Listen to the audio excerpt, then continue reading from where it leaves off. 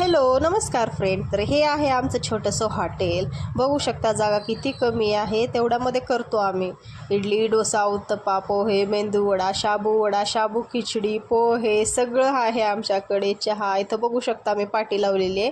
पाटीवर all item आहेत, rate पण आहेत, दोन्हीकडे लावलेली आहे. आणि हे बघू शकता छोटंसं हॉटेल आहे आमचं, मोठं नाही आहे, त्यामुळे ॲडजस्टमेंट होत नाही आहे आमची. बघू शकता.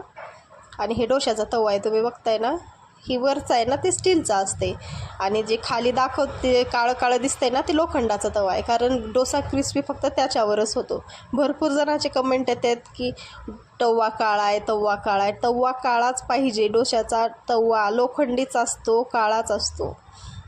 बघू शकता किती छोटंसं सेटअप आहे. हे माझे हजबंड, आम्ही दोघं नवरा बायको म्हणून मिळून करतो, हॉटेल चालवतो ते. हे बघा इडली, डोसा ऑल रेट लावलेले आहेत, सगळे आयटम पण आहेत. एवढ्या छोट्याशा जाग्यामध्ये आम्ही सगळंच बनवतो तिथे.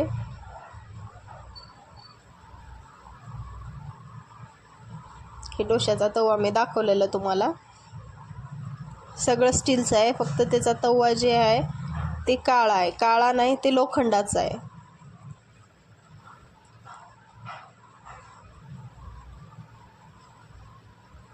आता मी तुम्हाला पाठीमागे बसायची जागा व्यवस्था आहे, मस्त झाड आहे, झाडाखाली जागा आहे. बघू शकता मोकळं वातावरण आहे छानपैकी, झाडाची थंड हवा येते.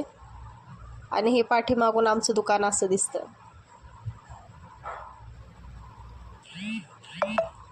हे बघा समोर रोड आहे मोठा, समोर गाड्या लागतात, ट्रक गाड्या लागतात. छानपैकी वातावरण आहे. समोर सिव्हिल हॉस्पिटल पण आहे, तिथले भरपूर कस्टमर येतात.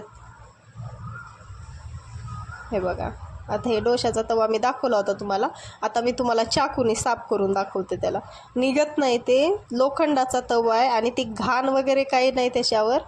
हे बघू शकता, निघतंय का चाकूनं सुद्धा निघत नाही. ते भरपूर जण कमेंट करतात घाण आहे, घाण आहे. घाण नाही, ते निघत नाही, लोखंड आहे ते, लोखंड.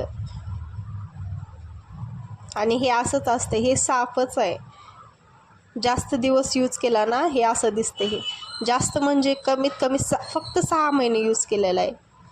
आपण घरात तर किती वर्षानुवर्ष यूज करतो.